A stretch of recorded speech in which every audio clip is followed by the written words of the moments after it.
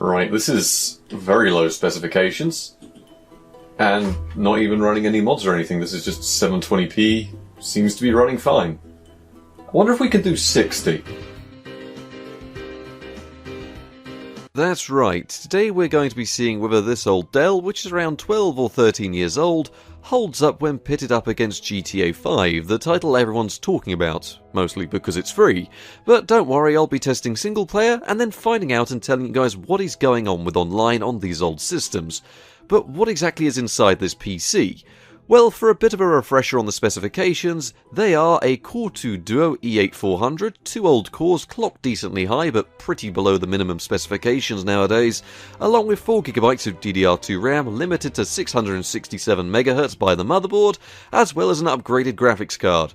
Oh, but before any of you complain, this is the lowest spec 8800 GT there ever was, with only a quarter of a gig of VRAM, released 14 years ago, in 2006. It predates this system by about 2 years from my findings, so there we have it, a decade plus old Dell, and an even older graphics card, a fairly common pairing if you're going around looking at used computers, because most tend to have been upgraded by this point now. Not that this is really an upgrade. After plugging it in though, I noticed one unexpected problem that I didn't really expect to run into with an older computer, and it's not the specifications of the Dell for once, no, it's the operating system. See, I use this system for running XP and Vista for older software, because for older software it's pretty overkill. But for modern stuff, it's not exactly fantastic, as we're probably going to find out. So we need to upgrade to Windows 7 or 10 or whatever it is I decide to do, and something that's not absolutely abysmal in terms of modern day support. So let's cue the montage of getting this thing ready.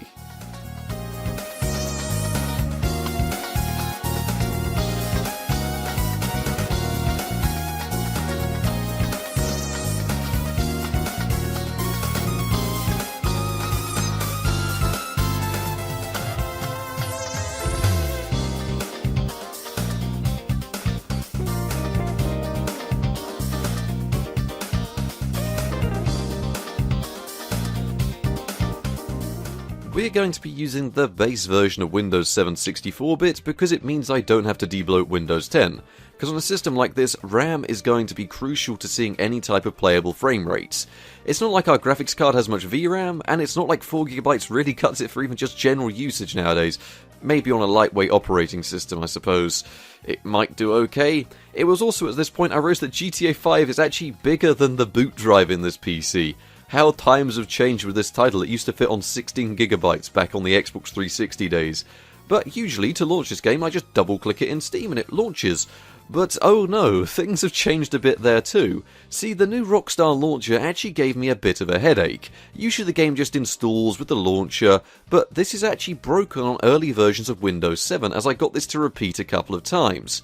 So whether this is useful to anyone, inside the GTA 5 directory there's a Play GTA 5 executable, which seems to force a reinstall of those components, which then of course caused the game to start asking for the game DVDs, but after, a fresh install of graphics drivers and a restart, it seemed like it was finally time to put a decade plus old Dell up against the latest and greatest of free games, because everyone wants to see this tested for some reason.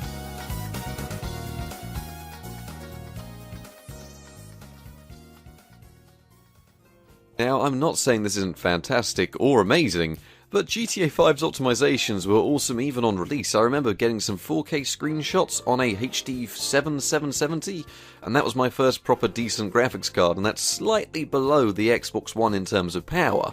Now, I wouldn't say this looked as nice as the Xbox 360 version of the game, which does still look absolutely fantastic, but it definitely ran about as stable as the Xbox 360, which is definitely fully playable, usually sticking around that 30 FPS zone. The only time I could get the game to drop below this really was during really heavy police chases, which took a little bit more CPU time to process the AI going on around you.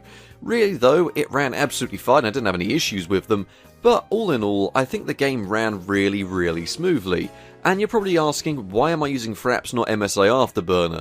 Well, on a system like this, we have such little RAM available to us that opening up programs like MSI Afterburner in the background genuinely do cause you some frame rate issues, and you could see slightly larger frame drops with MSI Afterburner open, which is why I decided to stick for the much more lightweight fraps, just to show you a frame rate up in the top right corner. Really, I could have done this with Steam, but it's a bit hard for you guys to see, and I want you guys to see exactly how I'm playing the game.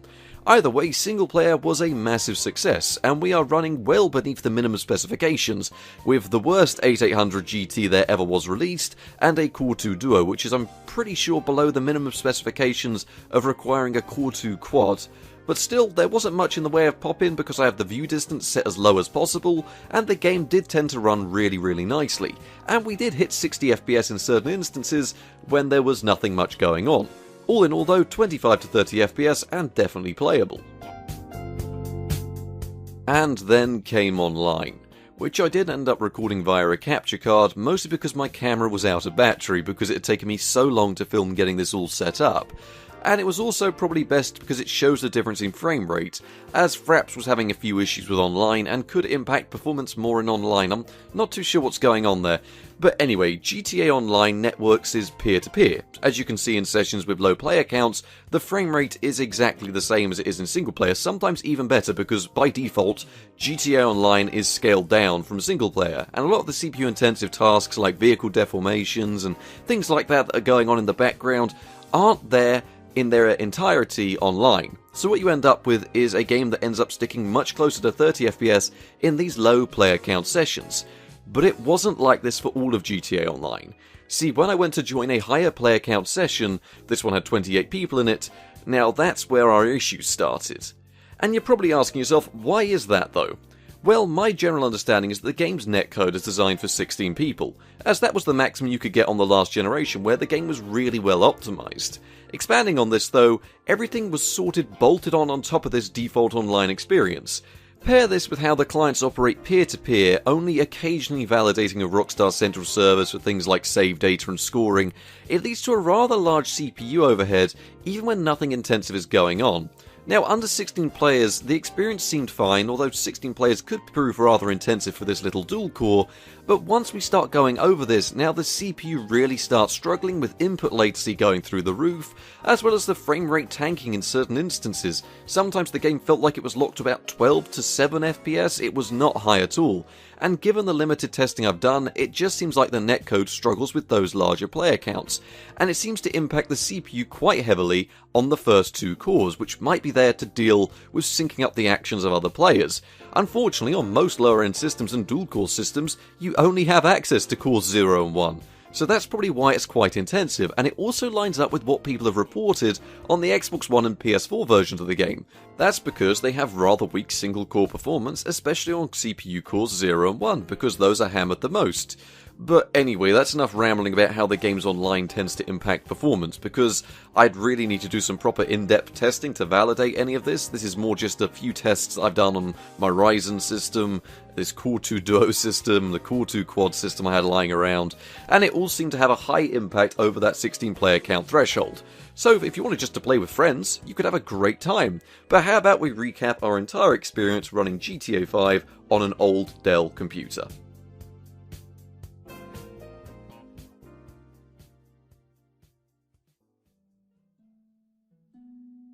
So there we have it, GTA 5 running semi-okay on a 12-year-old Dell with a 14-year-old mid-range GPU.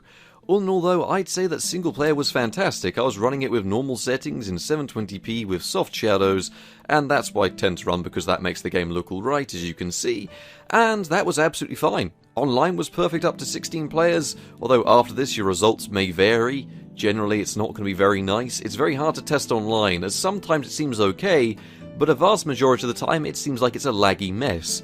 So it all depends on whether you're playing with friends in a closed session, or if you're playing publicly, then you'll probably want to keep an eye on the player count. All in all though, this is a really good game to benchmark. I mean, it does struggle on certain sets of hardware, but it's a beautifully optimized game, and it's the reason I still test this game in 2020. It can stress my main PC if I want it to, and it scales back so far that we've ran this on 240p on laptops I've picked up from the boot fair. If you want to see if we can push this any further back with maybe some older hardware, maybe an older Dell that I might have lying around, please do let me know, as we could try and get this running on I don't know, a Pentium D system, a Pentium 4 system, maybe see if we can scale the game right back to being playable. But anyway, we'll save that for another video. I hope you all enjoyed this little adventure. Good night. So, if you want to see more like that, you can always like and subscribe. I suppose these are just little projects I end up embarking on, because people wanted to see some modern games tested on my old Dell, and what better game to test than GTA 5, which is the game that everyone's always talking about now. So thank you very much for watching.